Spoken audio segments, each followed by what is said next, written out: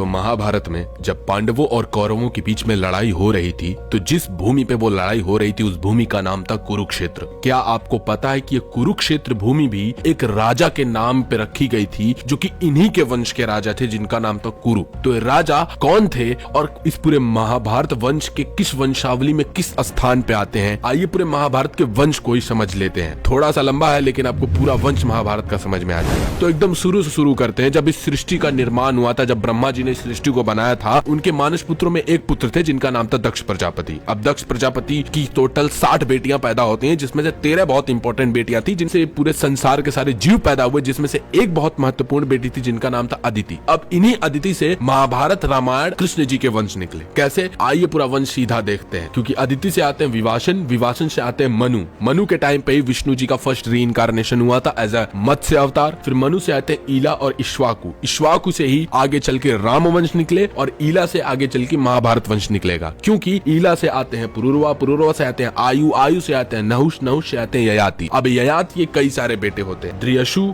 अनु, पुरु, यदु और त्रिवशु। यदु से ही आगे चल के कृष्ण जी का वंश निकलेगा और ये पुरु से अभी आगे महाभारत का वंश निकलेगा। कैसे, क्योंकि पुरु से आते हैं जन्मेजय, जन्मेजय से आते हैं प्रचिनमान, प्रचिनमान से आते हैं संयात, संयात से आते हैं असंयाति, असंयात से आते हैं सार्वभौम, सार्वभौम से आते हैं जैतसेन, जैतसेन से आते हैं अवाचीन, अवाचीन से आते हैं अरि, अरि से आते हैं अयुतनाई, अयुतन्याय से आते हैं देवातिथि, देवातिथि से आते हैं अरि, अरि से आते हैं ऋक्ष, ऋक्ष से आते हैं मतिनार, मतिनार से आते हैं तंसु, तंसु से आते हैं इलीन, इलीन से आते हैं दुष्यंत, दुष्यंत से आते हैं भरत, भरत से आते हैं भूमन्यु, भूमन से आते हैं सुहोत्र, सुहोत्र से आते हैं हस्ती। इन्हीं हस्ती के नाम पे ये पूरा हस्तिनापुर का नाम पड़ा। फिर हस्ती से आते हैं विकुंठन, विकुंठन से आते हैं अजमेर, अजमेर से आते हैं संवर्णन, संवर्ण से आते हैं कुरु। फिर इन्हीं कुरु से कुरुक्षेत्र का नाम पड़ा। अब कुरु के बाद आते हैं विदुर, विदुर के बाद आते हैं अंसवा, अंसवा के बाद आते हैं परीक्षित, परीक्षित के बाद आते हैं भीमसेन, भीमसेन के आते हैं प्रतिशवा, प्रतिशवा के बाद आते हैं प्रतीप, प्रतीप से आते हैं 3 बेटे देवापि, शांतनु, बाहलिक। फिर शांतनु से आते हैं भीष्म पितामह, चित्रांगन